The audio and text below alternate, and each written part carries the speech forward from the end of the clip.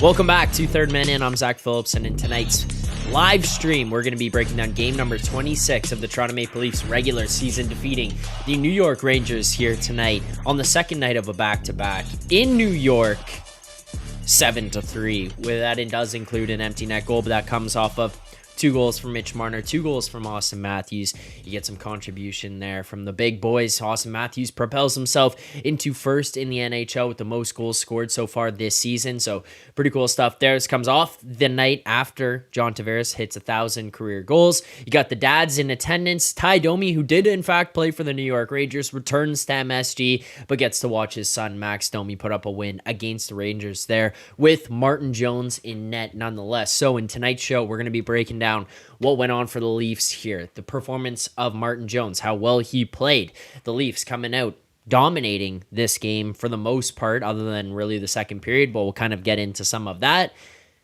Break down this whole game. If people do want to call into the show, you can send me a message, whether that's on Twitter, Instagram, or you've got me on Discord. You want to send a message there because you want to call in. I will find a way to get you onto the show here tonight. So, as always, I'll send you over the link. You just send me the message. But before we can get into any of that, I told you I will stop doing it. I will stop doing it. I apologize. I know it's annoying.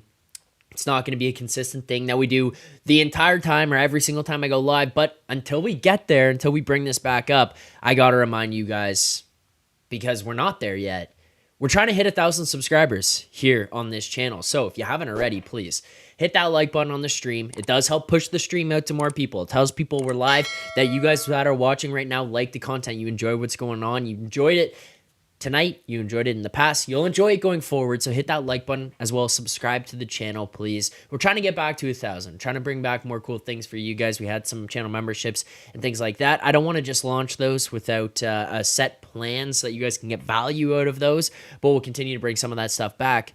But I gotta have you guys hitting that like button. So hit the like button, subscribe here to the channel. Let's get it back to 1,000. So I do appreciate all the support over here. Appreciate people coming over. But I see people talking about the old channel. Yes, we're no longer on that old channel. And if you do want people to come here and continue to push, you want people to continue to subscribe to this channel so we can build it back up, you got to subscribe, you got to like the streams, you got to push it back out. That's all I'm going to say. All right, let's continue to break down tonight's game. I'll give some thoughts and then we'll start to take some calls here. I know there's some people who want to call in, so we will get to those 100%, but just a couple things.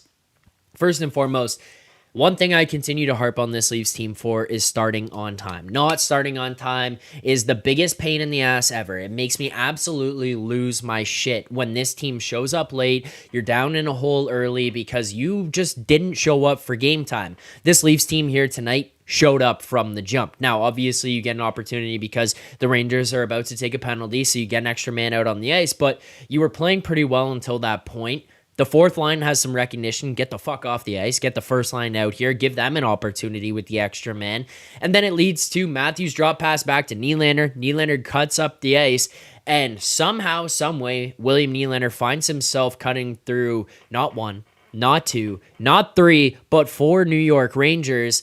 And then guess what? In all of that, 4 guys are focusing on William Nylander and yet somehow can't find a way to check him or take the puck away from him. Austin Matthews is left completely alone over on the other side, and the puck gets slipped through to Matthews, who's able to bury it because he's wide open with a clean look on Shesterkin.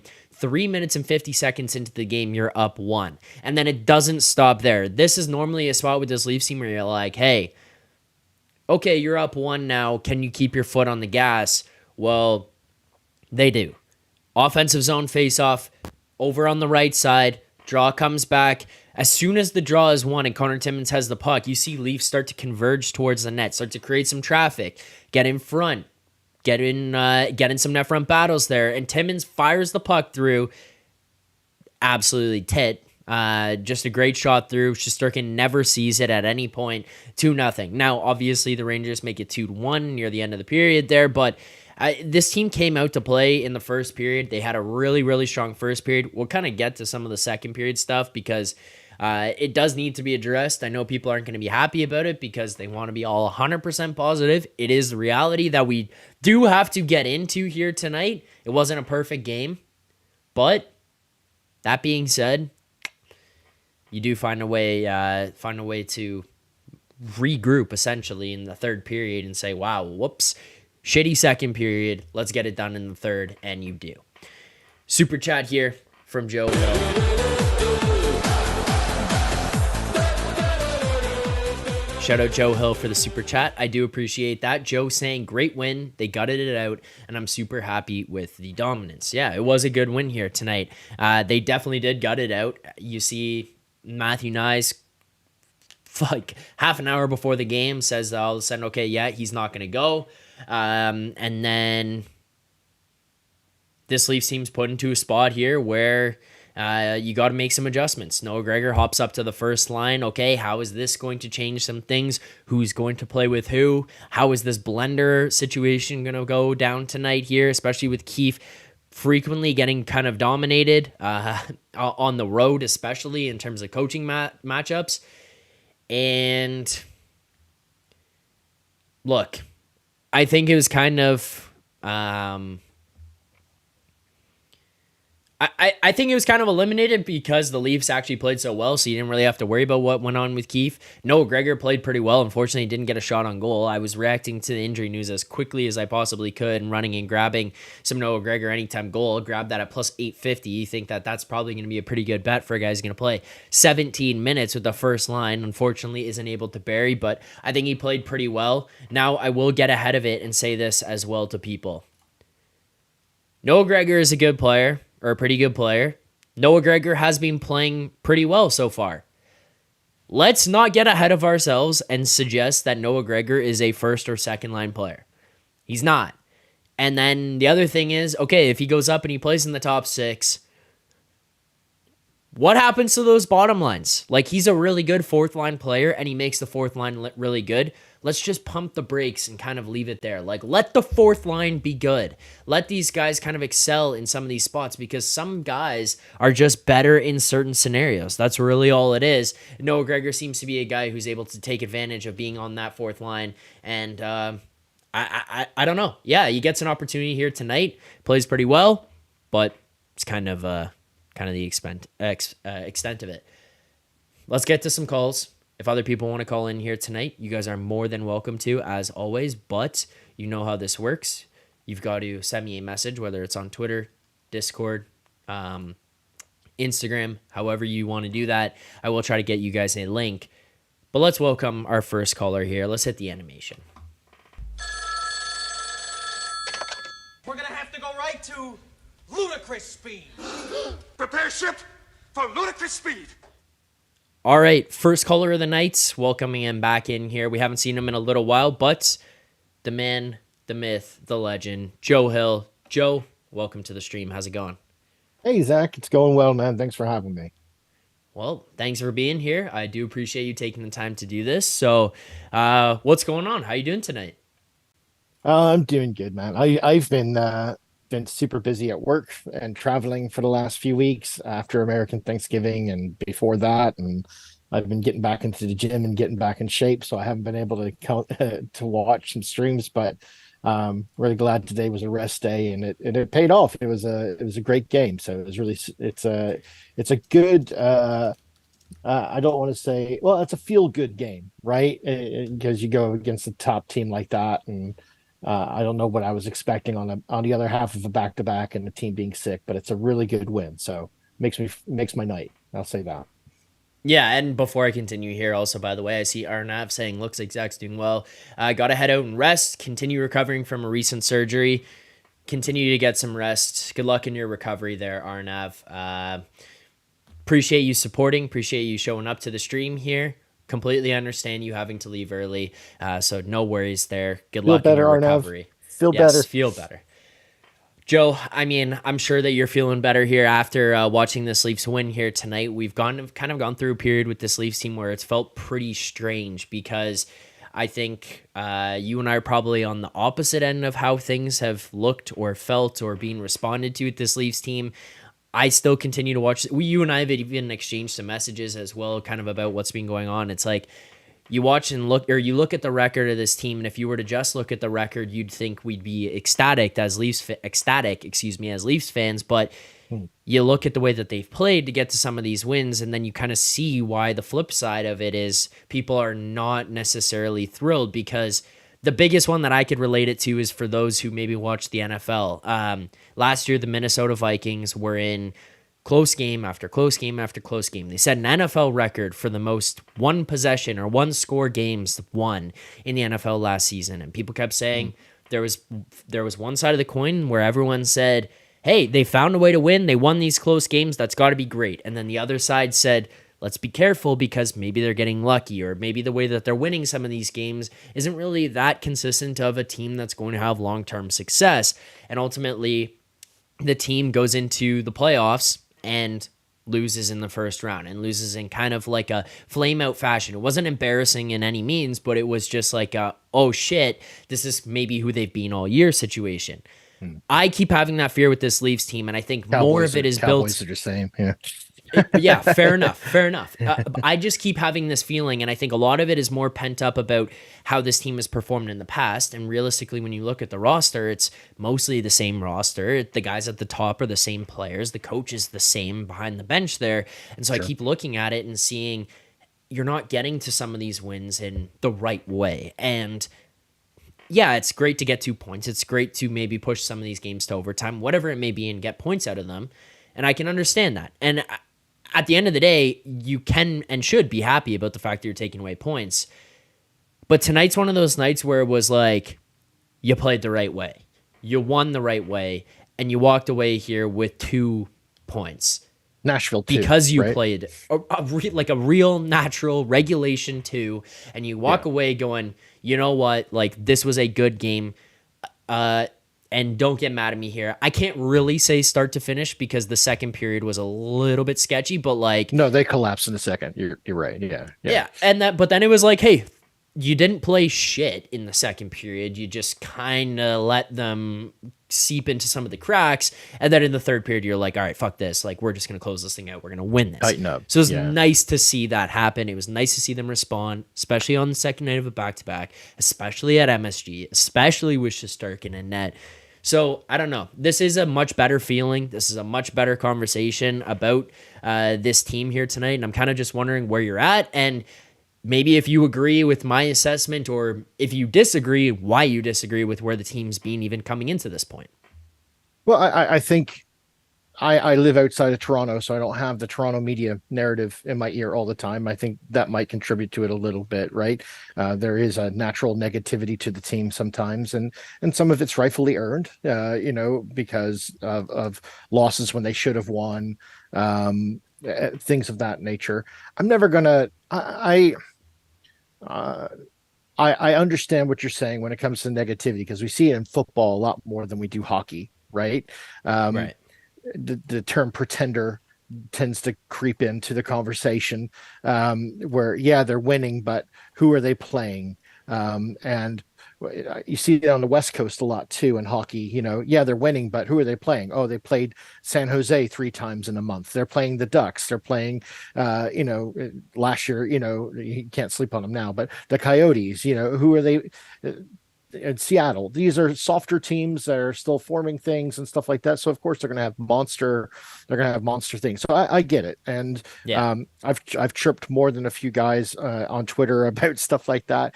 I think what we ask of these guys, from a practical standpoint, we ask the guys to win no matter what, find a way to win. Mm-hmm. And when they find a way to win, we're like, well, it's not in regulation.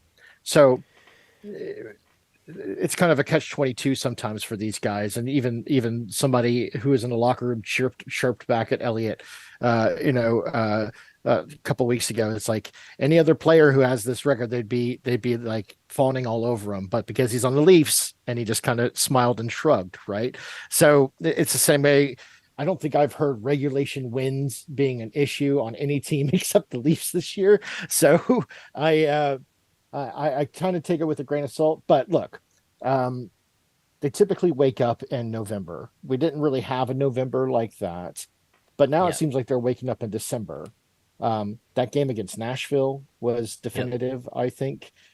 We see it here against Rangers last night, even against a good goalie like Sorokin, and a grittier team. Islanders are a gritty team. A I'd still give them suffocating, that. slow it down team. Yeah. Slow it down team, still managed to find a way to tie it. Yeah, they lost in overtime, but they tied it when they needed to.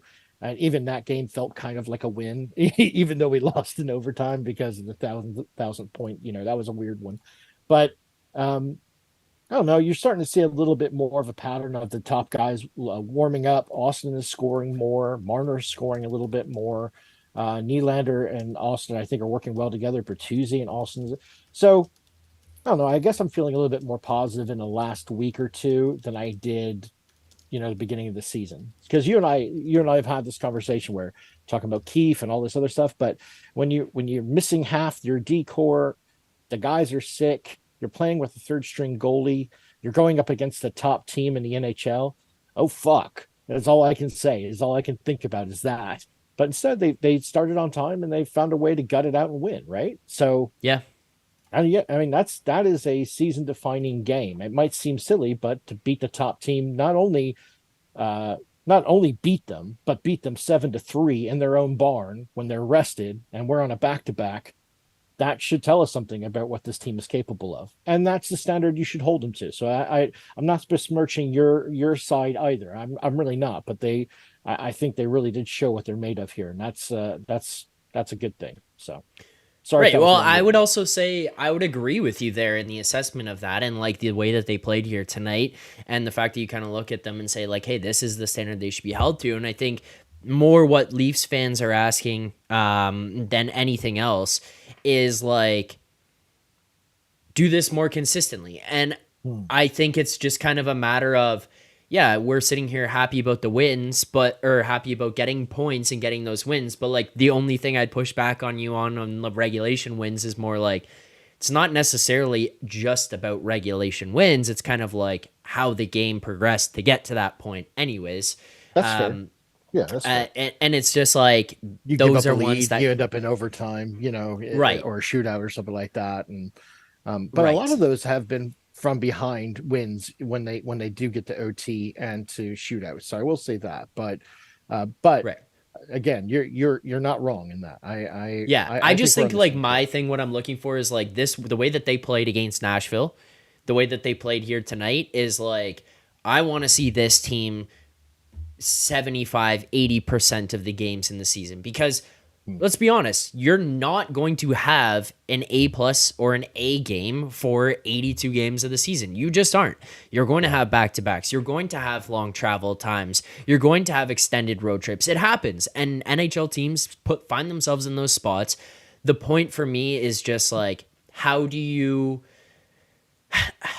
find your way to get a B game rather than to all of a sudden play your C game and then like as we've said here, Joe, is like where yeah you get the points and we're happy about that, but it's like you kind of didn't play that well. Yeah, you played well for the last 10 minutes of the third period and climbed your way back, or you played pretty well and then you shit the bed for the last 10 minutes and then they climbed their way back and you got the win. It's like, hey, put together the consistent effort, find a way to just close these things out, tighten things up.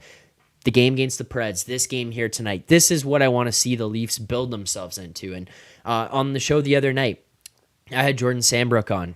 He plays for the Florida Everblades in the ECHL there, and he was talking about the fact that like it feels like the Leafs team kind of doesn't have a consistent identity, I guess is the way to say it. But then you see them dominate these games, and it's like in the games that they dominate, you can kind of string together and identify a pattern of like they played that one way in those games that led to that, but then they just kind of get away from it in some of the other games, like the game against Nashville, the game here tonight. I know that I'm picking on those two, but it's just more they're the most recent ones, the easiest ones to kind of pull at. Is just like, hey, you look at those games, they played kind of the same way in both, right? And they just played Leafs hockey and said, we don't give a shit what you're going to do. We're going to play this way, and we're going to beat you. And I just want to see that. I just want to see that on a consistent basis, right? Everybody wants to see their team dominate, right? For the majority of a game, right? Yeah. So let's let's take the standpoint that we had 2 years ago when they would get to the third period or they'd get to an overtime game and it just collapsed, right? And we're seeing a lot more fight out of them, a lot more calmness out of them in overtime, or if it goes to a shootout or something like that. Remember when they'd lose like every overtime game in the first minute, and and it just didn't seem to be an identity there. And yet now we're starting to see more of an identity and more cohesion and working with those lines no matter what. We're starting to see a real hockey team, right? And even with AHLers as our defense, I hate to say it, but it's looking like in the third period tonight, Rangers couldn't keep possession of the puck to save their lives. Um, why are we capable of doing that with some of the best players in the league, and then not when it comes to the New York Islanders? I guess I have a hard time with it. Some of it might be goaltending, some of it might be defense. I don't know, but like I said, it's easier to be sympathetic to the opposite point of view or the I'm not saying your point of view, but just the more critical analysis of it whenever you win a game, and more I internalize more panic whenever we lose, and we start to bring those things up because it's like, oh God, we're never going to get better again. So I have a hard time with it as a fan, right? But as a if I'm looking at it as an analyst, I completely understand your point. So yeah, anyway, I guess we're coming to a little bit of agreement. I don't Yeah. know how one would find the identity of a team that way other than it just worked that night, right? Sometimes you're in a flow and things just go really well no matter what you're doing, and then other times when you're at work you just don't. Yeah, true, they're being paid a lot more money, but psychologically we're all human. We all have bad days at work, but I don't know what it takes to get to that gel point, but I think we're starting to see it at least for a little bit. So I'm hoping we can keep it. Let's just say that. Yeah, I guess that the only like the answer to that I would have, and it's not like it's a solidified answer, but it's more just like it's the way that you play. The way to identify what your identity is it's the way that you play more often than not. And like even with when I look at New York, Boston, Colorado, Dallas, Vegas, like those are teams that it feels pretty easy to identify who they are and what they are. Sometimes they just don't execute it that well, to your point, Yeah, and you have a yeah, bad day at work. It just feels like it's more consistent to be able to say, like, hey, this is the way that they play, this is who they are, and maybe just tonight they didn't have it. Whereas sometimes the Leafs, it feels like they come out and they're like, hey, we got to play a slow down game, and you're like, hold the fuck on. Like, you got yeah. these guys who can score in the top six who are like We shouldn't be 90 100 point guys plus. Like go why are crazy. we playing slow down, dump it in the corner hockey here?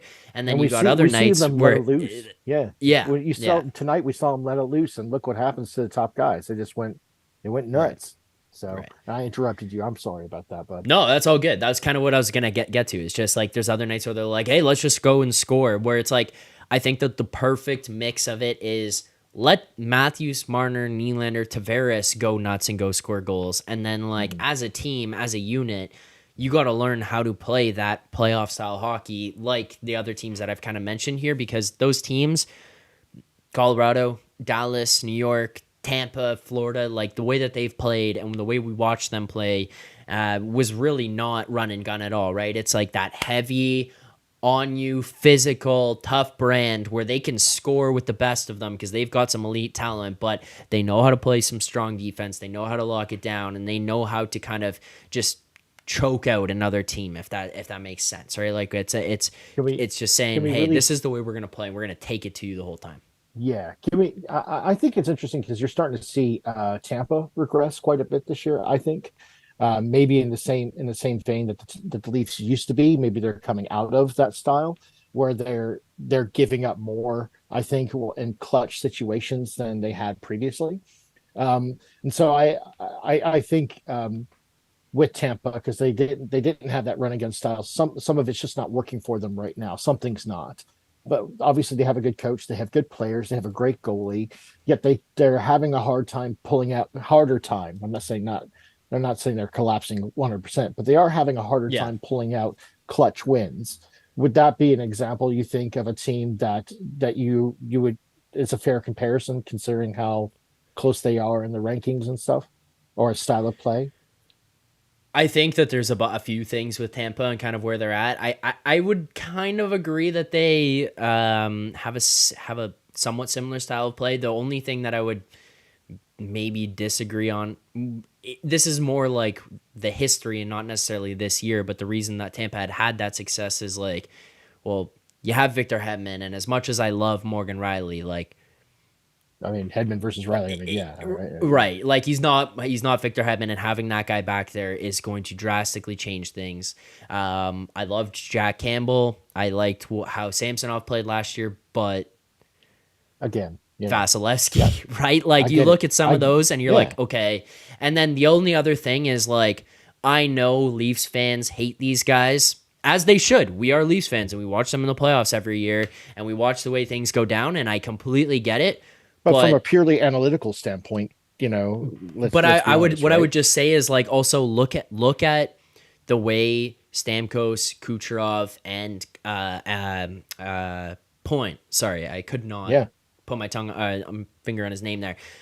Point. The way that those three guys play, react, respond, and the energy they bring, we can call them every name in the book, and on a lot of nights, it's probably deserved, and they are a little bit of pissy pants, but those guys bring their team right into the fight. Like, they bring their team right into the fight every night, and I kind of feel like, yeah, Matthews and Marner and Nylander and Tavares can do it from a offensive production standpoint, and we love that, and I will have no qualms or no problems with that, but every now and then you kind of want to look down the bench and have one of those guys like bang their hand, turn down, look at the boys and say, let's fucking wake up here. Whereas every time cuts to them on the bench, like I just have that image of JT with like the dead straight look. It's not like he's like looking like he's out of the game, but it's just that like stone cold, nothing's happening look.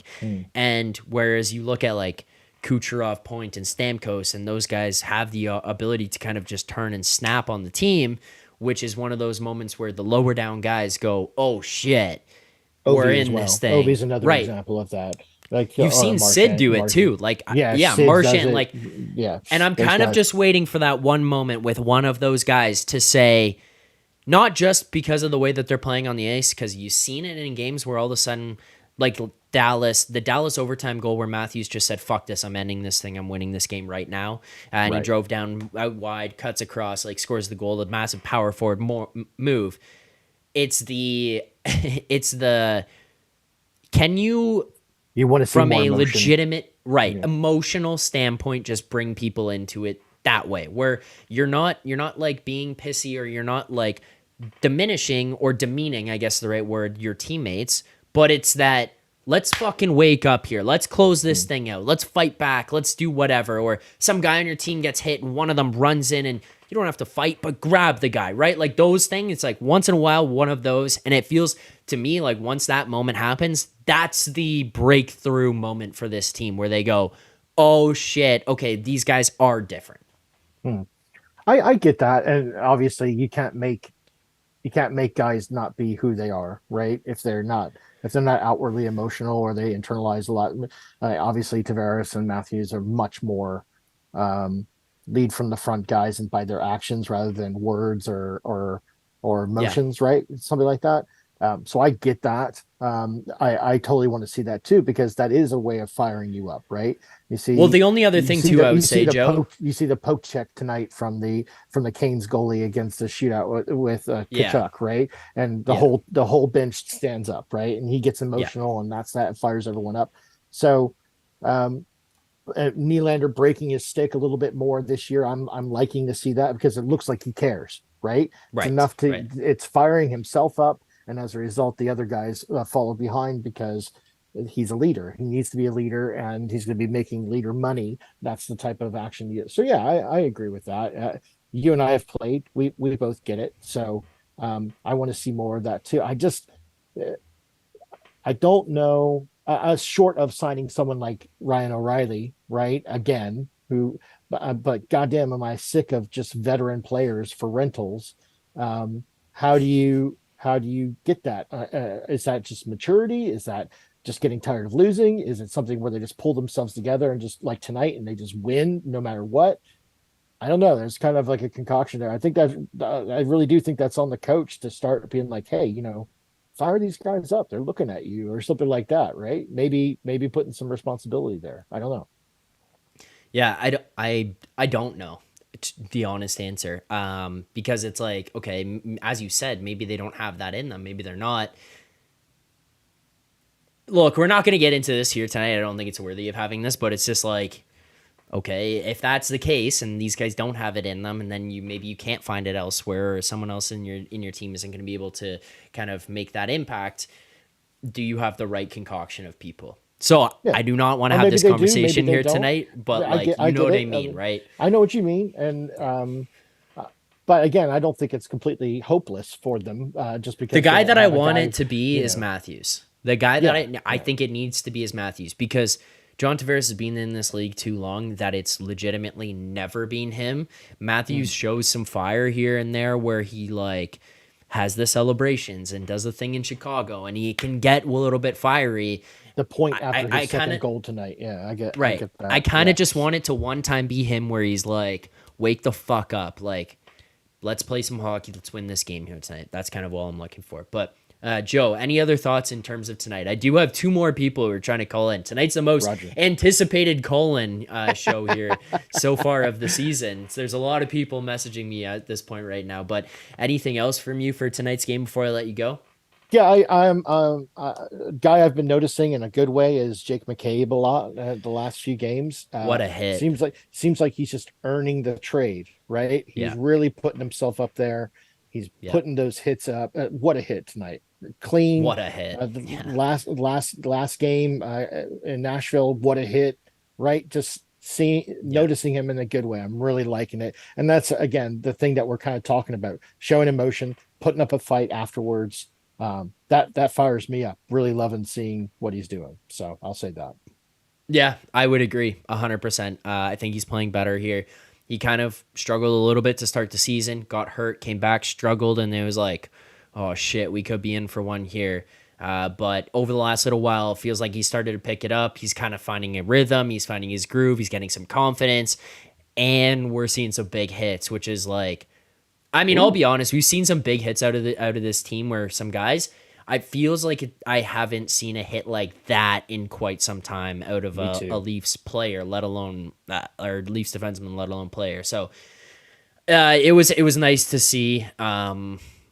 It just crosses the blue line, drops the puck, takes a look back. He's admiring in his pass, and it's just he was parallel to the ice, 4 feet in the air. Like it's beautiful. It's beautiful. beautiful. It really was. Yeah. It just landed like a dead fish. I loved it. Yeah. Anyway, All right, Joe. Last thing before you leave, we always do this. Before you go, predictions, hot takes, or just general statements you want to say before you leave. I think we're going to be seeing a new defenseman on the line by end of January. If not, the clock is ticking and the price is going up each day. I think we're proving that we can get points without a marquee defenseman, but I want to take some of that pressure off Benoit and those other guys Yeah. and start to see a guy who really knows what he's doing for 2 or 3 million a year. Use that cap money for heaven's sake, please. So that's all I can say. Fair enough. Well, Joe, thank you for calling in here tonight. I do appreciate it. Appreciate you taking the time as always, and look forward to seeing you in the chat throughout the rest of the show. Yeah, man. Also hit me up about that Discord. I still want to help out. So Oh, yes, for sure. I will do that. Thank you actually for reminding me. There you go. all right, take care. All right. Thanks, Joe. Appreciate it. There you go. Joe Hill. First caller of the night.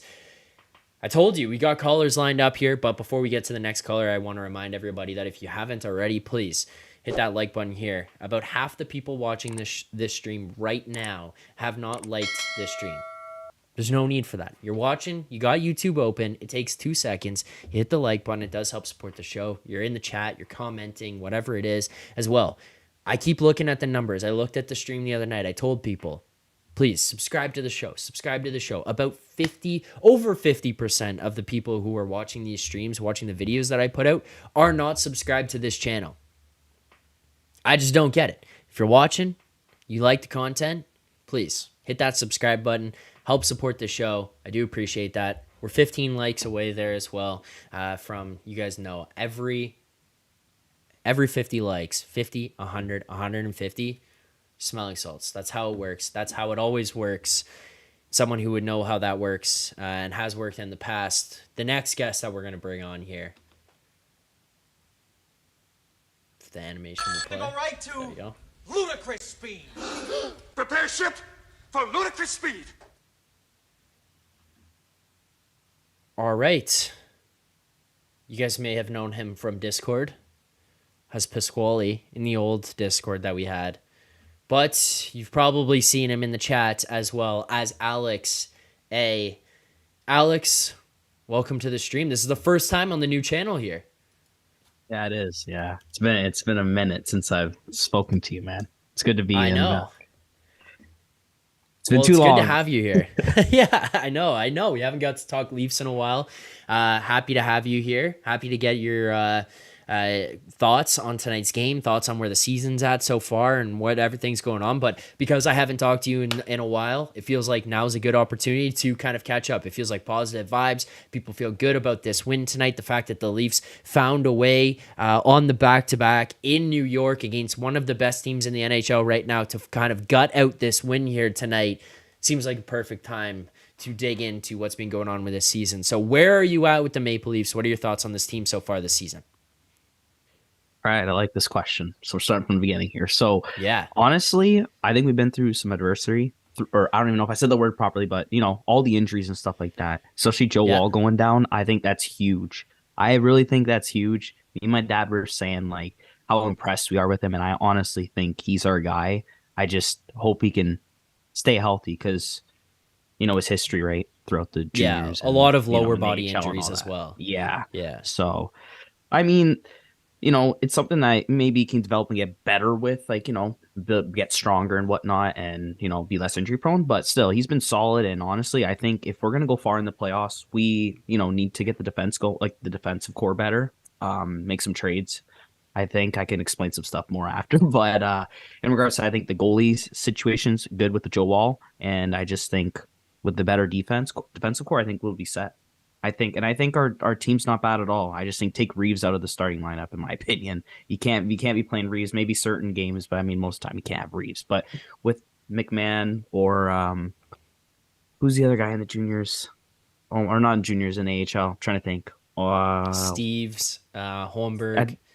Steves. I'm talking about Steves. Yeah. Because he's been playing well there too in the AHL. So that's who I've been thinking.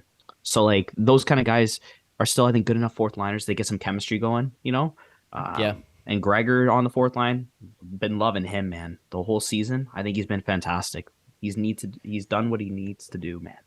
Couldn't say more. I need it from him, in my opinion. I think he's been a perfect fourth line signing, honestly. Like, I think when you're going to look at like guys that fit in, so this is part of why, and I talked about it at the beginning of the show when I got on here. I don't know if you caught that at all, but like, I hear or read people online being like, wow, Noah Gregor's been playing so well. Move him up in the lineup. It's like, hold the fuck on. Every now and then, like, pump the brakes, because the thing is, some guys are just really good in the roles that they're put in. And I think Noah Gregor is a really good fourth liner. Like, I think that this is a guy who is perfectly made for the fourth line because he can go out there and outwork guys on the other team, outwork guys that he's going up against, out hustle them, whatever it is. This is also a guy who's got a pretty good shot. He's really fast, but he probably shouldn't play 20, 22, 25 minutes a night. Like, if you slot him in at 12, 15 max, that's probably exactly where he should be in certain matchups against the other team's third and fourth lines. Like, he's a good player for those spots. He's a good, reliable player in that position, but it's just penalty killer also. Penalty killer, right. Like, late game situation, maybe blocking shots, getting down there, being able to capitalize on empty nets. This is probably not a guy that you want out there, like, being relied upon to score goals with Austin Matthews and William Nylander. So, like, whenever I see people saying that, I'm like, okay, hold on.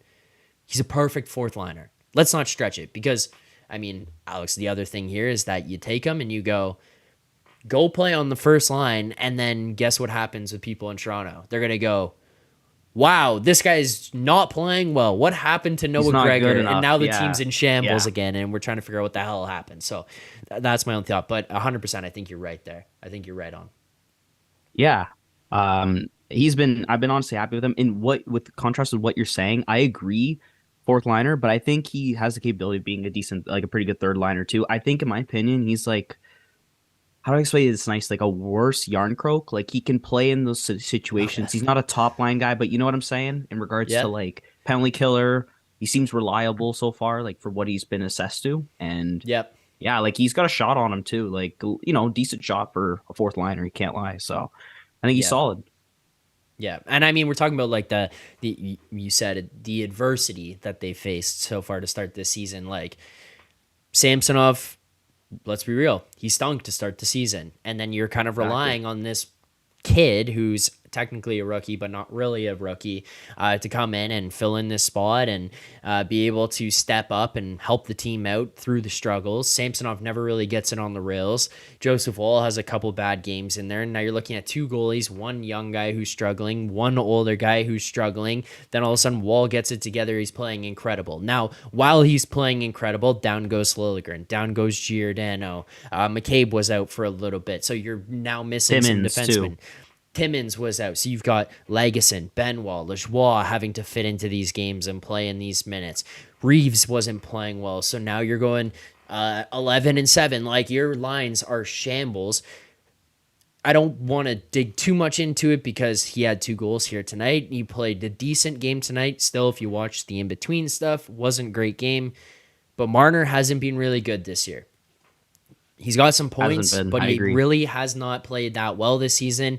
And when you're looking at a guy who can put up 90 plus points and all of a sudden just his impact on a game has kind of disappeared, it starts to take away from some of it. And you're wondering like, oh my God, how are you going to fight through? Well, they have. They found a way to battle through some of the adversity here with this start to the season, the injuries that they faced. They've had next man up. I still don't think that they've played that well consistently, but they found ways to get wins and get some points here. We do have a super chat, so I'll get to that, and I'll ask you about it because I think that this was, or we can kind of address this together, but there's a super chat here from Joe Hill.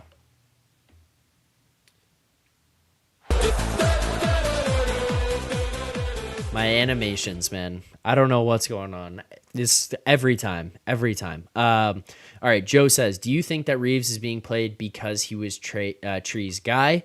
Like Keefe isn't getting a choice. It's coming down from up high. And then he says Gregor for life.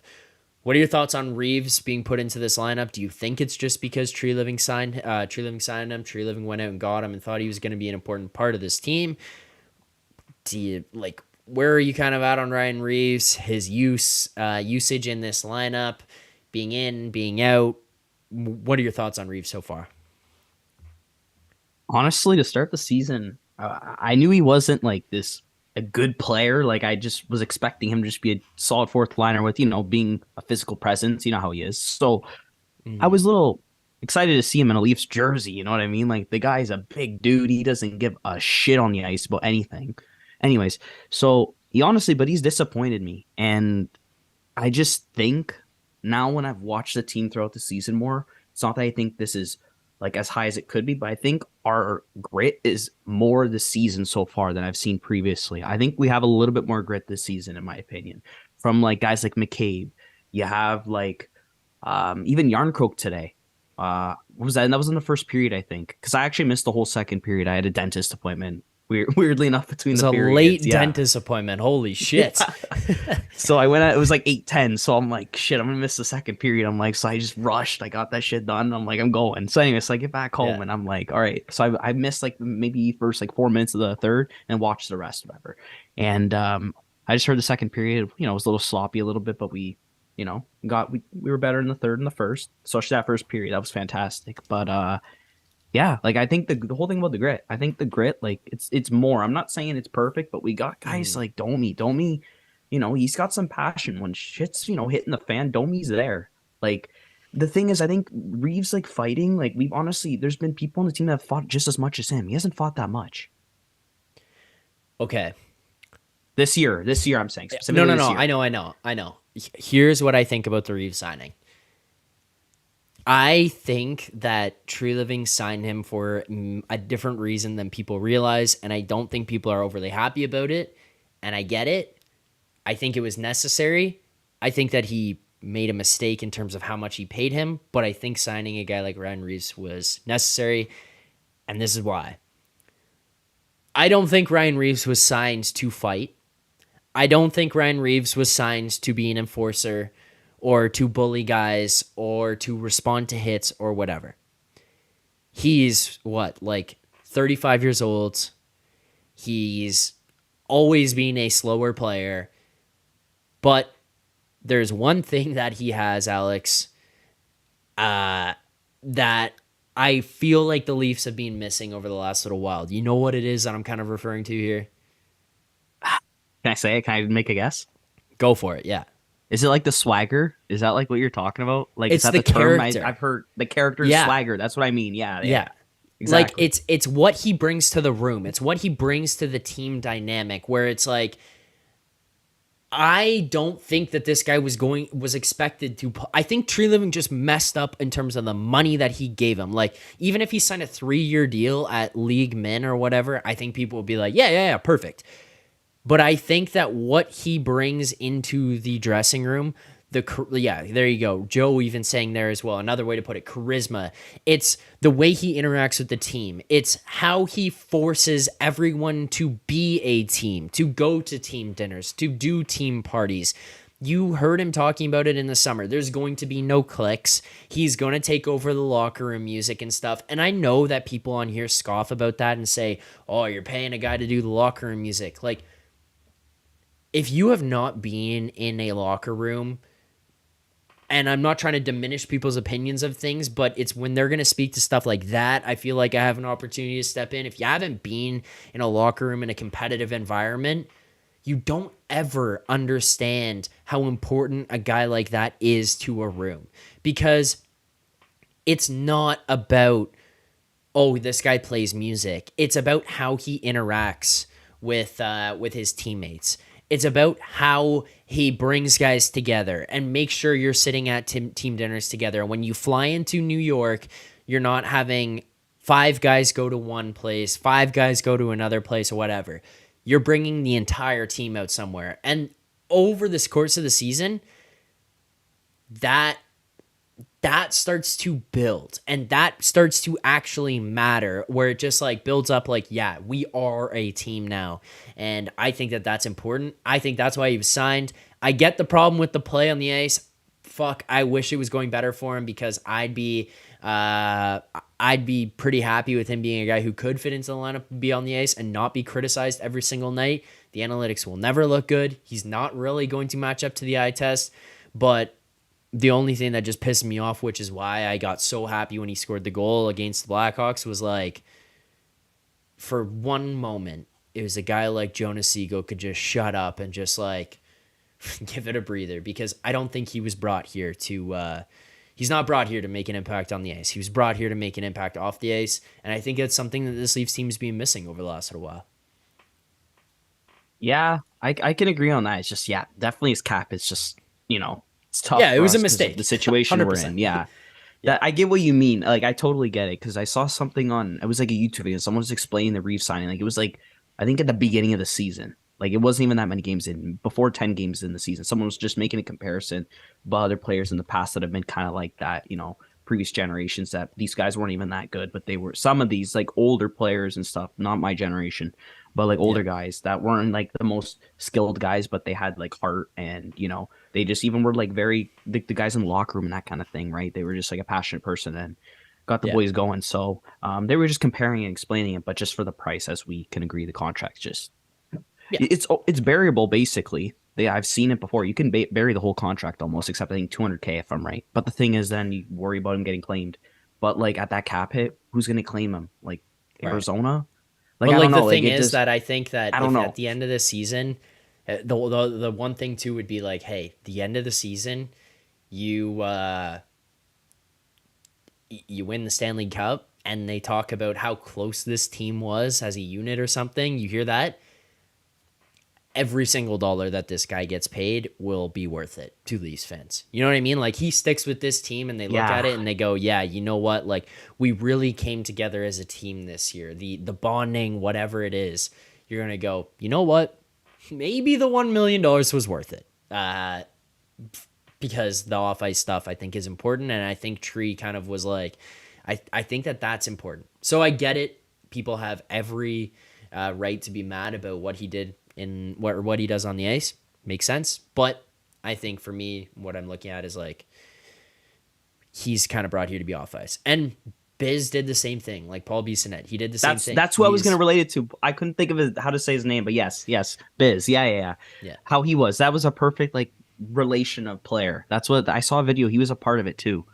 Yeah, like the boys wanted Biz in the room. They wanted him playing music. They wanted him being the DJ and telling stupid stories and setting up team parties. And he was like that guy everyone just loved. That's what it was. Yeah, because it brings the team together. Because you know what that guy is? He's friends with everybody. And the best players on the team love him. The guys with wives and kids, they don't care. They love him. And then the new kids, the young kids, the kids grinding out of the AHL, Nyes, they love him Nick too. Robertsons. Yeah, exactly. So I Easton think that's Cowan, all those kind of guys. Yeah. Alex, there's a super chat here.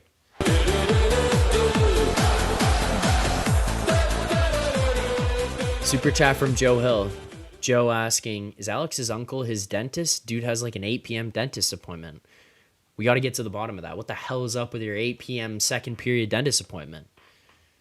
I honestly don't even know. Like, I didn't even know they had those hours. Like, I work 8:30 to 5, and then I'm like, gosh, I'm gonna have to like leave work early to go to dentist appointment. And look, they have dentist appointments open till like 9 or 10 p.m. on like Mondays and Tuesdays. I was like, what the heck? And I called them, and they're like, yeah. I'm like, all right. So I booked it. I wanted to do like 7 or like 6:30 so I could, not miss much of Leafs game, but they put me right in the middle of the game, so I'm like, crap. So it's whatever though. I only missed a second. I got to see him win it out. Saw most of the goals. Well, it's all right. Actually, you missed the worst period of the game. So they had played unreal first. They played an unreal third. Yeah. Yeah. So I didn't have to see the crap in the middle. Yeah, it was perfect. It was perfect. You timed that one pretty well. All right, Alex. Well, I said I had 2 more people that wanted to call in here, so we do have 1 more person who wants to call in here after you and get themselves into the stream here tonight to ask some questions and talk about the game. So before I get them in here and before I get you out of here, any final thoughts or anything really stand out to you here tonight for this Leafs team or throughout what's going on throughout the course of this season, where they're at? Yeah. So like I kind of go off a little bit of what I was saying earlier. Just throughout the season, like I said, we've had injuries come up and things have changed. But I think the last 4 games or so. I don't know, maybe around that area. Anyways, I honestly have liked the way the team's played more. It's not been perfect. There's been some dirty games, but we've pulled through, and some games have just been close. And we've been winning some more games in regulation, which is a positive thing. Some more grit. Some, Jake McCabe just getting those crazy hits every game. I'm loving him, man. I'm loving him. For what he makes, he's solid value right now. You can't complain about, $2 million against the cap for what he provides right now. And he has some passion, man. Like, that guy's throwing hits, that guy's getting in the dirty areas. Like, for what he is, you can't complain. He's not an overpaid defenseman. Well, he's actually making $4 million if we think about it, but you know what I'm saying. Under the Leafs, he's making $2 million, but we can't complain for that price. Yeah. So I think he's solid. I think what he's doing is good, and he's a guy that I think as long as can keep his play, we need a guy like him on the team, and to stay, I think he's got this year, next year, I think. Yeah. Yeah, I think so. I think he's got this year, next year. Yeah. Yeah, something like that. Anyways, so, but no, he's a guy I'm liking. Riley, he's been pretty solid this season. He's, as a team, we made defensive turnovers and whatnot. But I mean, Riley's been pretty solid. He's been making an impact. I feel like he's still being that, leader back there, honestly, for what kind of player he is, right? So, yeah, I think especially lately, I think the direction we're in is right. If it stays like this, we just need Matthews to keep cooking and just the core 4 in general. If Nylander can start cooking like he was before, and Matthews is cooking like this, and I think we got something going here. But yeah, it's a big little if, bit. But if they can, yeah, it's tough. I don't really want to. I don't want to like have to dig into it Get too much excited. because, well, no. It's more like, okay, Nylander was cooking, and he was playing with JT. Matthews wasn't really going that well. I also think like Marner hasn't played that well so far this season. But this is Correct. where I'm like, Yep. I don't want to get into this because he did score 2 goals here tonight, and I know people are happy. I still don't think he played that great. Like, watch everything in between those goals. You know what I mean? Like, it wasn't an incredible game for He Mitch had those Marner still, moments, but nothing like crazy yes. the whole game. Not consistency, especially. Yeah.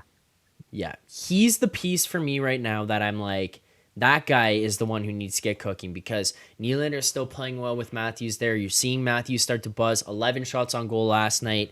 I don't know what he finished with here tonight. I'll pull it up as we're talking about it. But Matthews looked dominant here, scores 2 goals. It's like, okay, he's kind of getting things going, and now it feels like the second line is a little bit slower, a little bit stalled out. They're scoring on the power play. They're getting some points there, getting some late game situations that they're scoring in. But outside of that, it doesn't feel like the production is consistent or dominant throughout the course of games like they've been in the past. And I think it's like, okay, if Marner can get cooking here on a consistent basis, if he can start to get back to where he was as normal Mitch Marner or Mitch Marner of last year or whatever you want to call it, if he can get to that point and he can get back to there and he can be a more impactful player on a nightly basis, now you're looking at 2 lines that can bring heat because I think you can put Nylander back down to the second. You can leave Marner up on the first. You'll have Matthews rolling there where he's a threat every time he's on the ice. You'll have Nylander rolling where he's a threat every time he's on the ice. And now you've got 2 unbelievable goal scorers on 2 different lines that I think can get rocking. Right now, I think it's a little bit shaky because Matthews is there for the most part, but Nylander, let's be real, he's more of a goal scorer. He's a really, really good playmaker, but I think he's a goal scorer primarily. So He's got a shot outside on of him. that. Right. He's got probably the By second way, best shot behind Matthews. I'd consider it. I would agree. I think, yeah. Not that Yeah. like Marner or Tavares shots bad or, like some other players, but I mean, I just think, yeah, Nylander is definitely the second best behind Matthews for sure. Matthews Yeah. more dynamic in my opinion. All right, Alex. Final thing I'll ask you here. We do it with everybody else. Hot take, prediction, or just general statement that you want to say before you get out of here. What do you got for us tonight? All I really got to say is, I think let's keep our eyes open and be ready for hopefully a trade soon for defensemen. I don't know how All right. how we're gonna do it. I know we have some LTIR Just space, find but a I way. think just find a way. Dubas left us with literally no draft capital. Like the guy left us with nothing or like barely anything. So it's actually tough for Tree Living. I think we need to give him a little bit of slack right now. It's kind of hard. What do you want him to trade Nick Robertson or something, right? That's what you know what I mean? That's the kind of guy we might have to give up for a guy.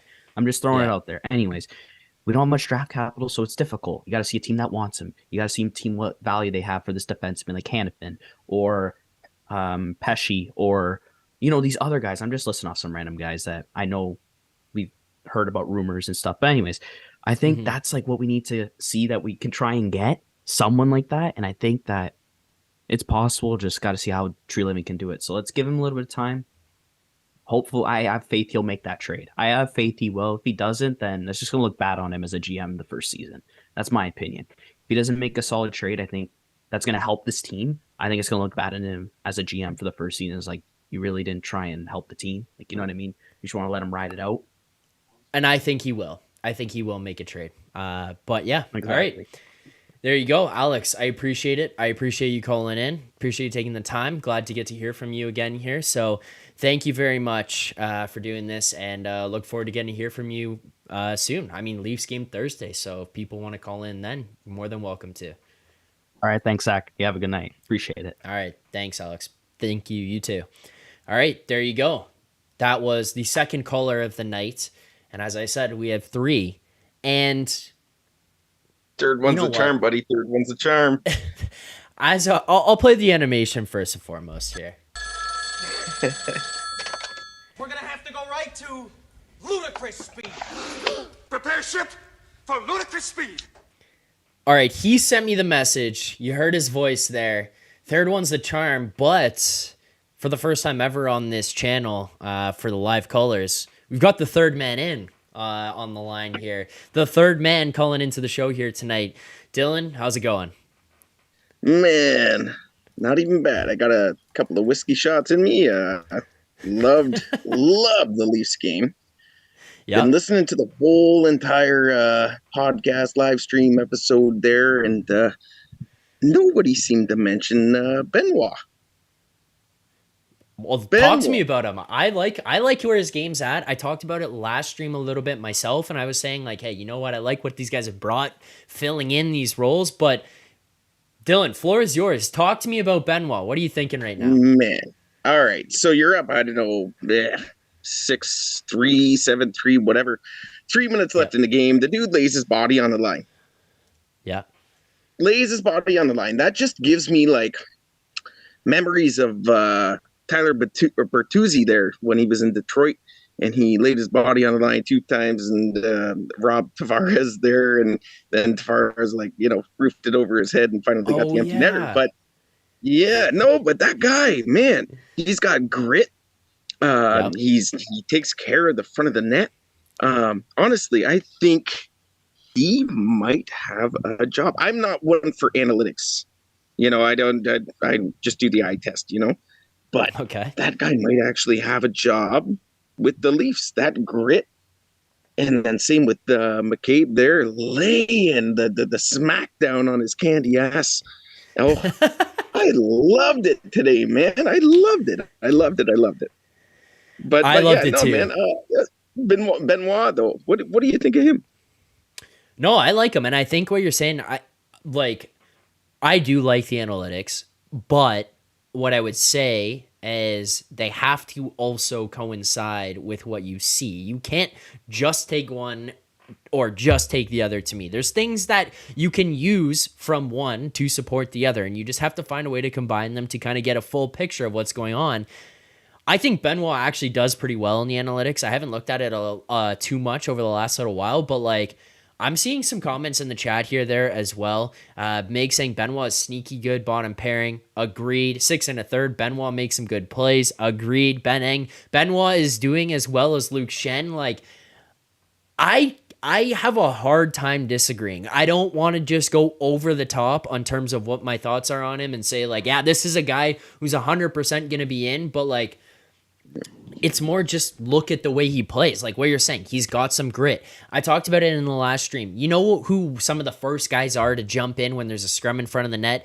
Benoit, Lagesson, Lajoie. These are call-ups fighting for a spot and just saying, who cares? I'm in there. I'm fighting for the boys. I got the boys back. I got our goalies back, and they're jumping in. This is a guy who's not trying to play. The one thing I love when guys do, especially when they get called up or moved into a different position, is you see guys try to play I'm playing in the NHL now, I got to change my game. It's no, you're here because you're good at being Benoit, and he's just playing like himself. He's playing a comfortable, calm game back there, and there really hasn't been a night so far this season where I've looked at him and said oh man, that guy stunk tonight, or that was the reason that this team lost. He's killing penalties, he's making hits, he's battling in front of the net. He's being a pretty good player, especially for a guy who's filling in here for Liljegren, Giordano, Timmins when he was out. He jumps up, helps out, and he looks calm and he looks comfortable back there. I've been really impressed with him.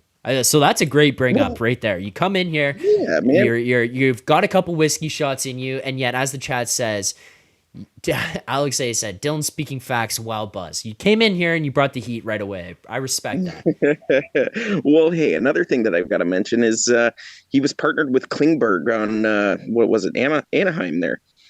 Anaheim? Yeah, Anaheim. That's right. Sorry, whiskey. Yeah. But he was minus to 20, minus something like that. And I think one of my flaws is I look at plus minus as a really big negative, but then you got to take into consideration that the team that he was on. So for him to come in here, he's laying hits and he's putting his body on the line. Hell yeah, man. That's how you keep in the lineup, especially with the injuries. They've got a prime opportunity right now. And he has a prime opportunity. Lajoie, he's got some work to do, but Agreed.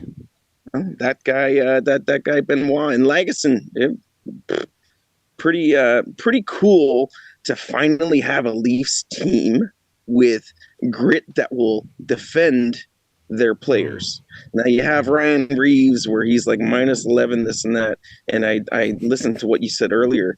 It's the swag, it's the intimidation factor is why I think that that Treliving signed him. But I want him to succeed because I think he's a kick-ass dude. Listen to the John Scott podcast. I've listened to Spit and Chicklets, seeing him do the punching bag thing, and he just seems like a kick-ass dude. But it's hard to root for him sometimes when he's always on the ice for a goal against. So yeah, I get it. Yeah, I get it. I can't argue with you on that. Like you're correct. You're right. So I'm not going to push back there. I do think that some of the just value, as I said, is like he's probably just if he was paid 800,000, 775,000. Oh, we'd I don't still think bitch. people would even. We're the Leafs Nation, man. We'd still bitch, even if he was league minimum. Yeah. But I don't think it would be like a. No, you're good. I just don't think it would be a. I just don't think it would be like as big of a story as it is. I don't think I'm wrong. So okay, I don't know if you know how the minors work. Like, if you were to send Reeves down, what kind of cap flexibility would we get? Wouldn't it be like I think it's up to 1.1 million that you get, and then 200 against the cap? Is it? I could totally be wrong. People in your comments are way better than I am. Yeah, someone will send for sure what it is. I'm gonna try to remember. I'm trying to pull up his contract right now just because I have an idea. I think we get hit for 200K of it. Yeah, because he's 1.35. So I think we get hit for 200K against the cap. This is obviously assuming he clears, which I think he would at that cap hit. And then the rest, 1.1, would just be out of the pockets of MLSE. Which they clearly would not give a shit. Yeah. Well, if anyone were to claim him, like, who would it be? You know what I mean? I don't really know. I don't think I don't think anybody would claim him. But he's a kick-ass dude, man. I love his interviews. I love when like his first game as a Leaf comes out pointing to his muscle. You know what I mean? He pointing to his muscle, and then you see, and then you see Treliving just giggle. That's the total opposite of what Kyle Dubas would do. But I think he's a. I hope that he finds a little bit more success, because in 20 games played, he's -11, and that's a big ouch. So, yeah. But yeah. I would say this. You did bring up the Benoit plus minus. I looked it up. -29. Jesus. Not good. The only thing to remember with plus minus is like, if a guy changes and you step on the ice and you're on the ice for 5 seconds and the puck's in the back of your net, minus. You know what I mean? Like some of those, like, you just get caught for. It can happen. Now, I'm not really saying that that's what happened with Reeves. If you watch the games, it's not really being the case. But like, -11 does not necessarily represent like his complete impact of what's gone on. Like, he's not like causing 11 goals. There have been a couple that he's unlucky for, but you are right. It does feel like every time he's on the ice, there's a goal. You seem like you're probably the perfect guy for this to happen to during this stream. I don't know if you know. I don't know how many of my streams you've ever seen before, but every set of... I've got something to tell you after that. Go ahead. I got something to... I was just going to say, every 50 likes, 50, 100, 150, I do the smelling salts. While you're on here, we got the 50. So I'm gonna do this, and I'm gonna ask you a question while I do this for myself here. Mig said, Dylan sounds like the kind of guy who loves that song just out for a rip. I hope you don't take offense to that. Do you know that song, and are you the kind of guy who loves that song? Are you choochin'? He's choochin'. Oh, fuck yeah, we'll go for a rip there, bud. There you go. Okay. All right. So you asked me a question, and it's this. You might not like it, but we're allowed to speak our mind on here, eh? Yes, that's why Yeah. I opened the call. Oh, dude, I can't even All right. hold on. All right. Yes, that's why I opened up the call lines. That's why I want to hear people's opinions. Okay. Well, I'll try to keep it PG, but I Okay. just like to let you know that the former YouTube channel that you were involved in has now turned into the most clickbaity channel that I've ever possibly seen. I do not enjoy watching it anymore. It's nothing but speculation and just complete bullshit. And I'm very glad that you finally got your own thing going. I obviously was introduced to you from that channel, but it's garbage. And I'm just glad that I can watch you on your own channel doing your own thing.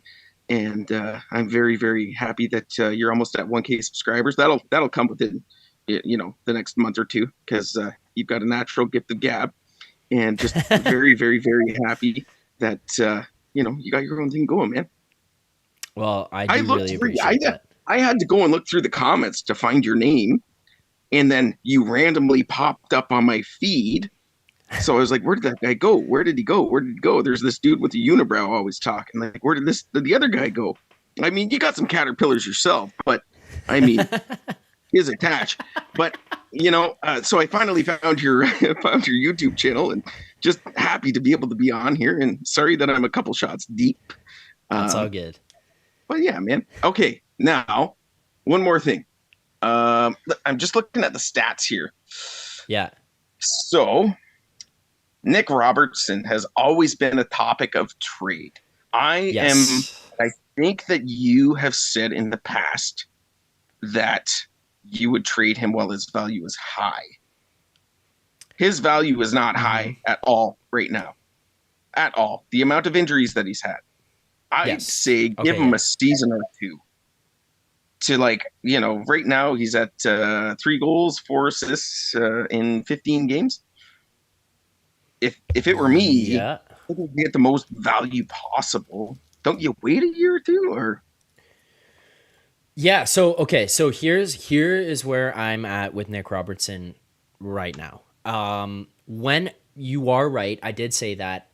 What I would add context to. Also, by the way, thank you very much. I do appreciate what you said previously. Appreciate you and everyone else in the chat right now who followed me over here. I apologize for how hard it was to find me, but I'm glad that you guys did. So thank you very much for that.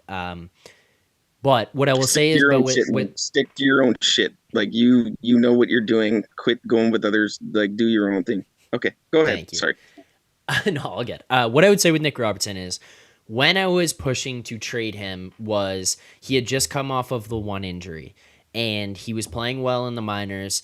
He was obviously a highly touted player coming out of junior, and it felt like the consensus amongst at least fans and stuff was like, oh, this guy could be a 30, 40 goal scorer if he kind of gets in the right spot or whatever.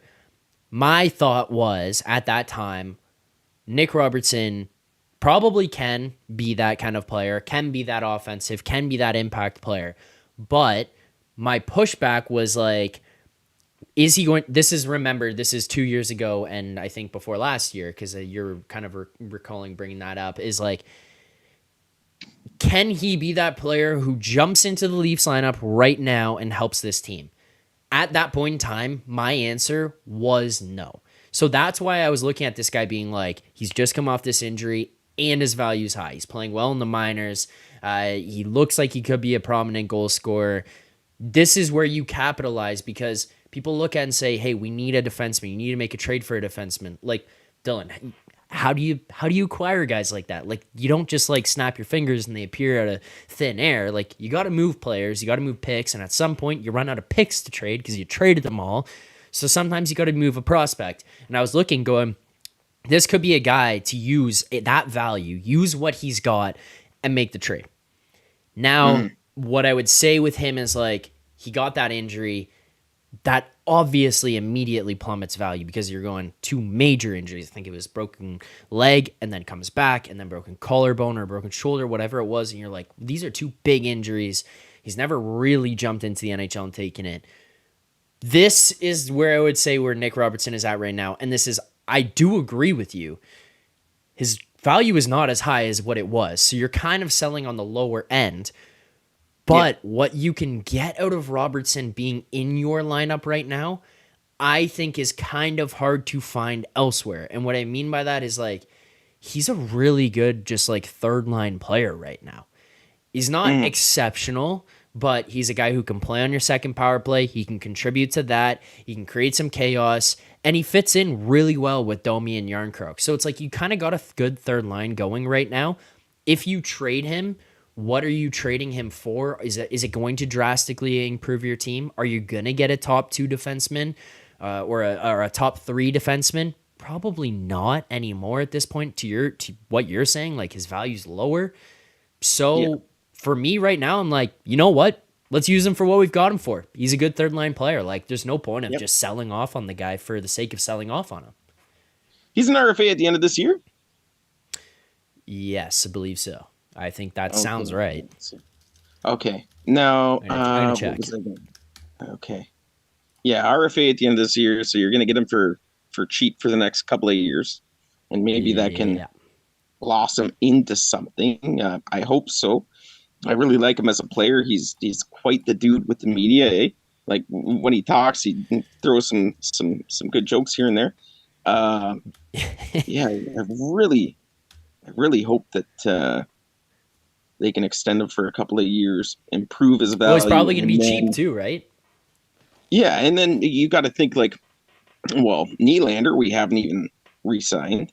I really don't know what's going to happen with him because his dad was famous for holding out, and so was he. I don't know if he's going to be a Leaf. I hope he is. I really hope. But I think he will be. I hope so, man. But I think they'll find a way. That being said, with contracts, Bertuzzi and Domi, would you re-sign them, and what would you re-sign them for? Ooh, hitting you with the questions, man. Sorry. No, it's all good. It's all good. Bertuzzi, yes. His points do not accurately represent the impact that he makes on this roster, I don't think, or the impact that he makes on the line. One thing I would look at is look how well that Nylander, Tavares, Bertuzzi line was working. He does so many things that don't really get noticed because they don't jump off the page with points. It's the battles in the corner. It's crashing the front of the net and distracting defensemen, distracting goalies. It's being a nuisance on face-offs and being a guy who can win battles in terms of tying guys up, which, by the way, opens up opportunities for Nylander to come off the wall and step out into the middle because Bertuzzi's stronger than his guy, and he's smart enough to know to be in the right position and take guys away. Bertuzzi's the hard one for me because personally, I'm just guessing here, obviously, and I think you and people in the chat know that, but like Bertuzzi's hard for me because I think he might want more money than what he's currently being paid right now if he's going to get a longer term deal, which you can understand. But then that's going to be like, okay, as you said, what does Nylander get paid? How long is Nylander signing for? How long does Bertuzzi want to sign for? How much does the cap go up? Like some of these things are kind of hard. Domi for me is like, I think you could basically lock him up for probably about what he's getting paid. Maybe give him a bump by like a couple 100,000, maybe a $500,000. You got him up there. I think you can lock him in for a couple of years because you also just have the Leafs factor. Like I talk about if Matthews, Marner, Nylander, Tavares win a Stanley Cup here, those guys will be gods to the city of Toronto. And obviously the third and fourth Legends row the next day, buddy. Legends row the next day. They will be made, shined, and polished daily. Yes. And the thing I would add on to that is like, okay, obviously, especially here in a city like Toronto, the guys who are the third and fourth line players are going to live forever. Like you're going to remember those guys till the day you die. Max Domi would basically be very close to like Marner, Matthews, Nylander, Tavares land if he won a cup here. Because you come back here as Ty Domi's son and you win a cup. His dad's a legend and they never won anything Dude, his dad is Stanley best Cup wise friends was with here. Mark Wahlberg, and he Right. gets walked out by Drake. Like, Right. you know, Yeah, so I think that always he's gonna have that. Hey, I could stay in the city and be a legend here. He's made a ton of money. He's going to always have opportunities here in Toronto for endorsement deals, for side stuff. His dad's made a ton of money. He's always going to be around popular people. You're in the hub, the mecca. You grew up here. You played here. Like every single thing for Max is like you're at home. He's playing really well right now. He seems to fit into this team. Just everything about it is like I think he could be one of those guys. Now, obviously, I don't really know because he might be like, "Yo, fuck this! Like, I just want to get paid." It's possible, who knows? But I also think he could just. I kind of get the vibe that he's like, I love playing in Toronto. He's really good right now. He's really effective. I think he's going to be a sick playoff player, which I'm most excited for because I think people look at him and Bertuzzi right now and they're like, "Oh, these guys are fine, but why did we pay them?" Like in my mind, I keep sitting here going, wait till the playoffs come. Like, that's when we're going to sit there and look at these guys and go, oh my God, I get it. so if you're the GM of the Leafs and you had the opportunity to re-sign them tomorrow, what dollar value and how many years would you sign each of them for? So Bertuzzi, what would you, if you wanted to re-sign him? Because he's at like Right. 5.4, I think. I'm double checking just to make sure here. He is at 5.5. 5.5. Okay. So you're Mr. Treliving. How many years? How much? Based on his current production. Who knows? He could light it up and get 11 goals. I don't know. But, you know. Yeah. I probably cap out at 6 years or 6 mil, 5 years. 6 mil. Okay. He's then getting now paid that 5.5 right now. He's 28, so that takes him to 33 at 5-year deal. He's probably And not that going to means get you're paid taking exactly in what he's the getting paid new- right now. You're taking in the new the new cap for next year. Okay. Yes. I'm also taking this in. Let's say I sign him tomorrow, right? We're not considering what he's done for this team in the playoffs. I think he's going to be a menace in the playoffs. And like, you let this thing get to the end of the year, he might be like, you know what I mean? Right, Like, I think that once we okay. see him in the playoffs, he's going to be like, you're not paying me for 82 games. You're paying me for that. Okay. Okay. Now Yeah. with Domi, keep in mind Domi with the Stars. I think it was the Stars. He was a menace in the playoffs too. Took a lot of Yes. penalties, but he was full out grit and putting points up on a regular. What do you got Yeah. on him? How many years? I would love to see Domi retire as a Leaf because Ty Domi's my favorite player of all time. I like the grit. So, Max is 28 as well. He's currently getting paid 3. I think you could probably go to 4. And I'm probably trying to sign him for a little bit longer. Like I said, Bertuzzi at 5. I'm probably trying to get 6, 7 at a max. 7 at a $4 million guy and be like, yo, you can stay here in Toronto until you're 35 years old, until the wheels fall off at $4 million. You're getting a solid third line player, probably progresses down to the fourth line. But at that point in time, $4 million might be like what everyone on the fourth line is getting paid 7 years from now. Like we don't know, but you know what I mean? Like it could just continue to go up and up and up. And then his percentage is just diminishing. And then you're like $4 million for Max Domi to play on the fourth line. Fuck it. Cares. So that's kind of like my thought there is like 6 at 4, 7 at 4, if possible. Probably try to sign him to that, but $4 million I probably would go up to. I don't think you can really go too much higher. I think that's when it gets like, okay, what are we doing You're now? saying my maximum prices because I'd love to see them go for cheaper, obviously, because we've Oh had yeah, our that's what I'm cap saying. struggle. These are max. These are my max prices. Like anything underneath, I'm probably pretty happy with. But like max, like I'm not really going past those numbers. Yeah. Okay. Yeah. David Kampf and getting 2.4 or 2.5 for 4 years. Are you agreeing with that contract currently? Although he's been on a little bit of a hot streak for the past 3 or 4 games. He's gotten 3 goals in 4 games, I believe. Now, what are you thinking of that contract? Not, not really the biggest fan, to be honest. I like David Kampf. I like keeping him around. I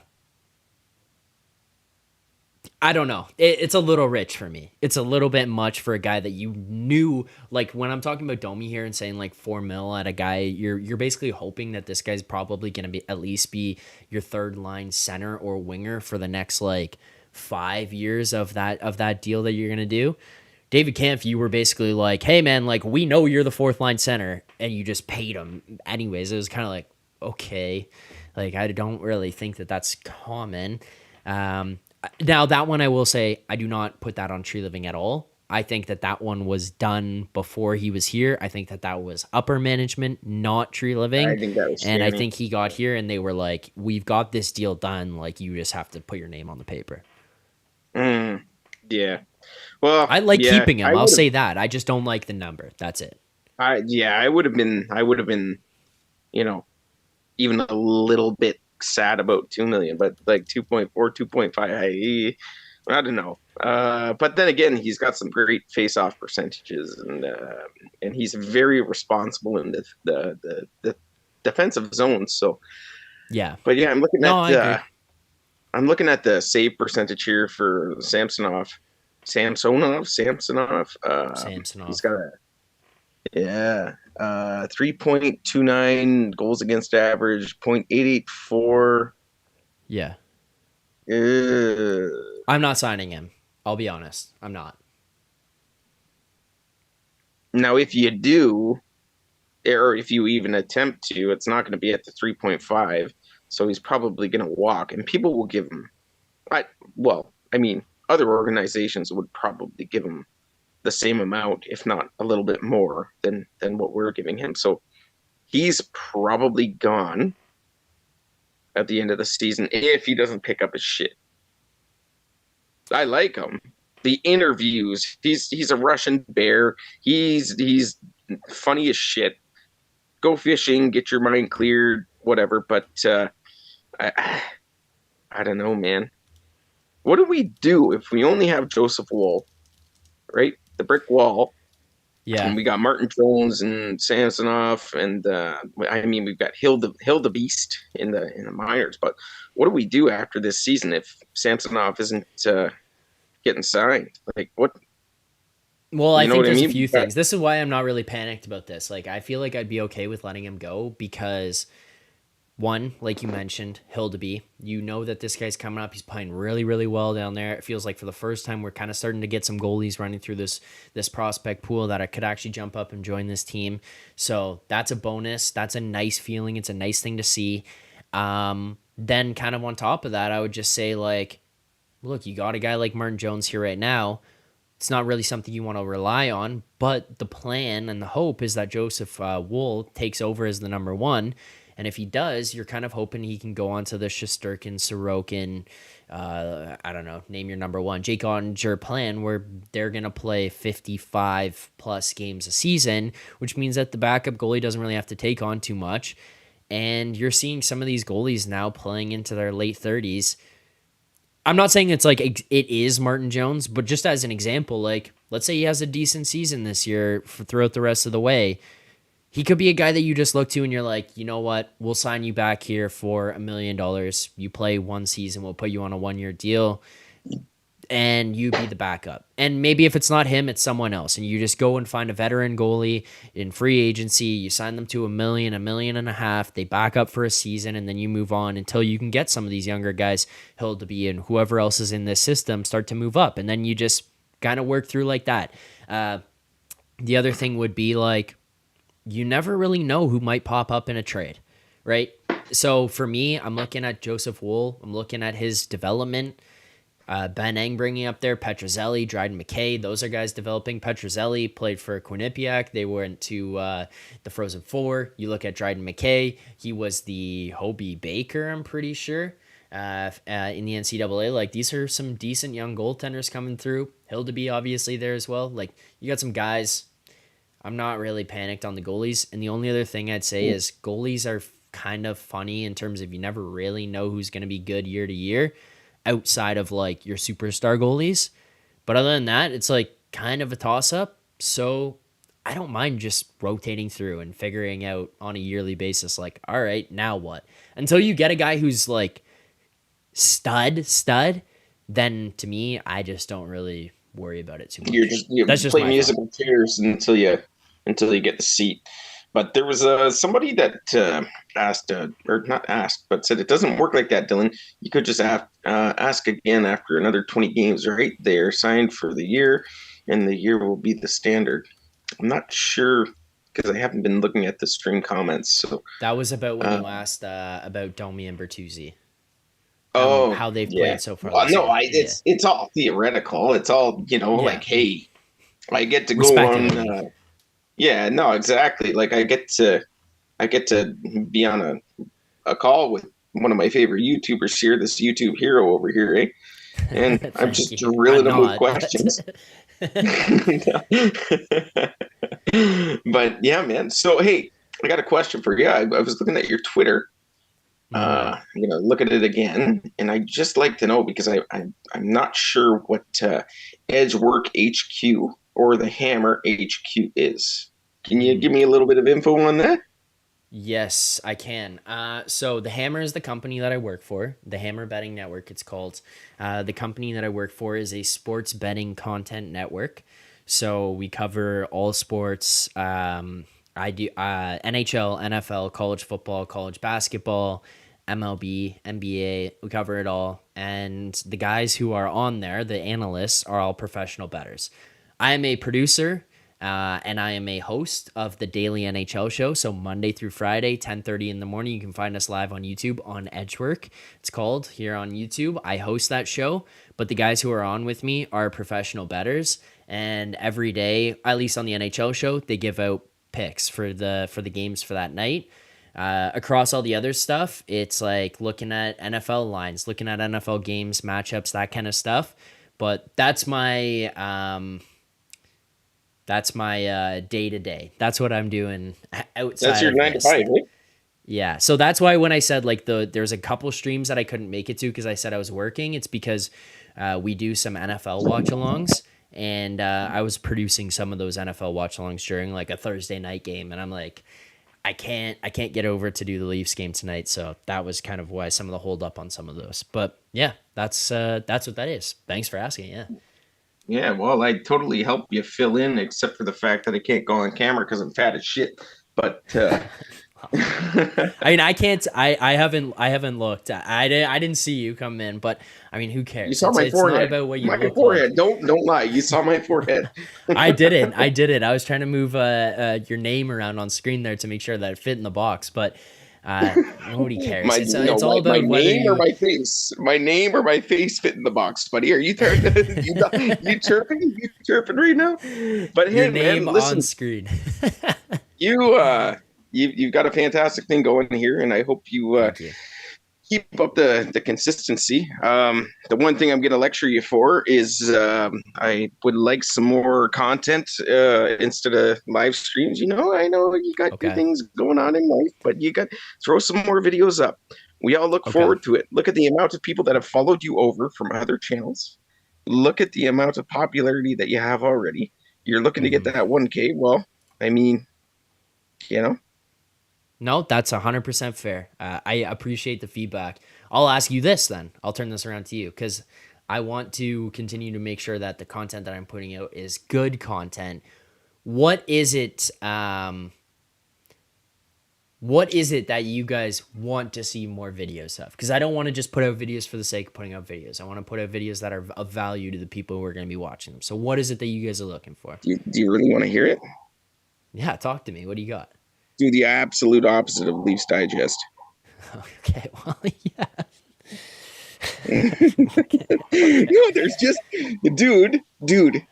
So I know you're probably friends with a few of them over there, but like, just be truthful and show your opinion on things. You don't have to do the Steve Dangle approach. You don't have to do anything like that. Just tell your opinions. If there's an actual true trade rumor where didn't get it from like somebody from Twitter with 3 followers, don't post it. Like, post the shit that you think is interesting, and most of us agree with that.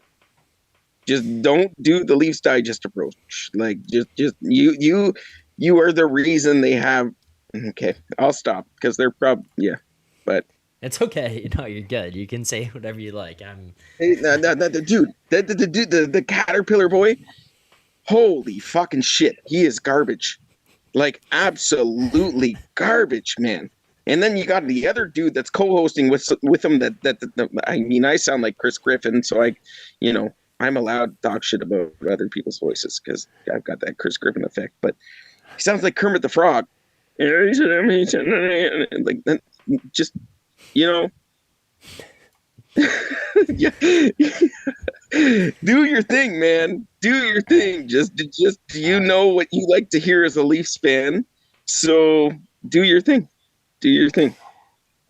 All right, I will do that. I'll try to put out some more videos here, break some things down. I see people in the chat giving some stuff here, so I'll try to do some of that stuff as well. I think this is good feedback, good input. Dylan, I appreciate the support, so thank you very much. I will say, before we go, I'm sure you've seen before, followed me over from the other channel as well. Before you go, predictions, hot takes, or just anything you want to say to the chat in general, what do you got for me before you leave? Predictions. By the summertime, you'll have 10,000 subscribers. And the Leafs will make it past the second round of the playoffs. I like that. Dylan, thank you very much for calling in. I appreciate it. Thanks for taking the time to do this. Thank you for the support on the channels, on this channel, on the old channel, coming over here. Appreciate you helping people find out as well. Thank you for doing this. Thank you for calling in as well. Not everyone calls in. You took a shot here, sent me a message. As I said, you send me a message. I'm happy to hear from anybody. I don't care what your thoughts are. I'm happy to hear from you. I'm happy to chat about the Leafs. So thank you very much, Dylan. I look forward to seeing you in future live streams. I hope you call back in. You're always I'll be sober welcome. next time, Just I send me a promise. message. Sober You next don't time, I have to be. promise. You don't have to be. This was entertaining as well. But thank you very much, Dylan. I appreciate it, and I hope to see you on Thursday. All right, have a good one, buddy. All right, you enjoy your night. Thank you, Dylan. All right, there you go. There's all of our callers for tonight. I told you, we got 3 people wanting to call in here.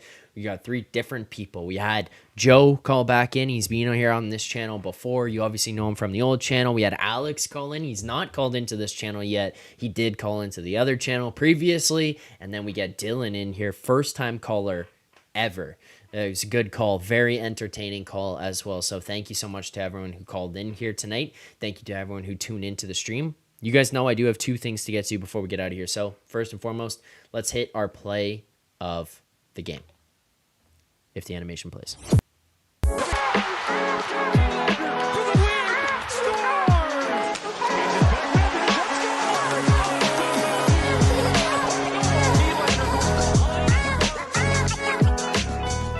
All right. Play of the game.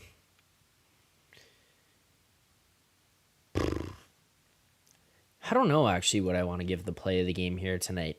I think the passing play to Marner where he scored could easily be the play of the game. I think the Yarncroke goal could be a play of the game, not because of the goal, but I think that Tyler Bertuzzi was kind of an unsung hero on that play where he did so much dirty work, battling, fighting away in front of the net, getting the puck back, getting shots on net, the team being able to, him and Tavares just going beast mode, being able to recover rebounds, get back into the play. Like, that was pretty sick to be able to watch him just battle away. I'm trying to kind of think here. Another one, like Nylander slipping through 4 guys, slipping across to Matthews, him burying that first one. Timmins, the beautiful shot that he had to score. There was another play as well where it was in the second period with the Leafs haven't been playing well. They started really slow kind of into the second period. David Kampf gets the puck over by the blue line, makes a weaker play on it, loses it. the Rangers have an opportunity. They're going down kind of odd man. It looked like it was probably going to be a breakaway going the other way for the Rangers, and Timmins dives and breaks up the pass.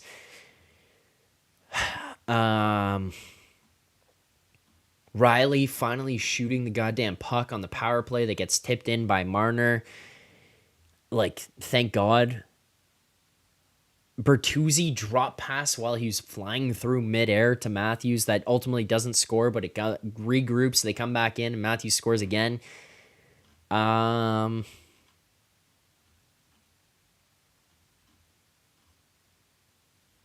it. I'm going McCabe hit. It is so rare that we see a hit like that from anybody on the Leafs. To see a defenseman step up, a guy comes across the blue line, and you say, you come in here with your head down like that, you're going to admire your pass, you're going to pay the price. I am a major, major, major supporter of the idea of separating the man from the puck.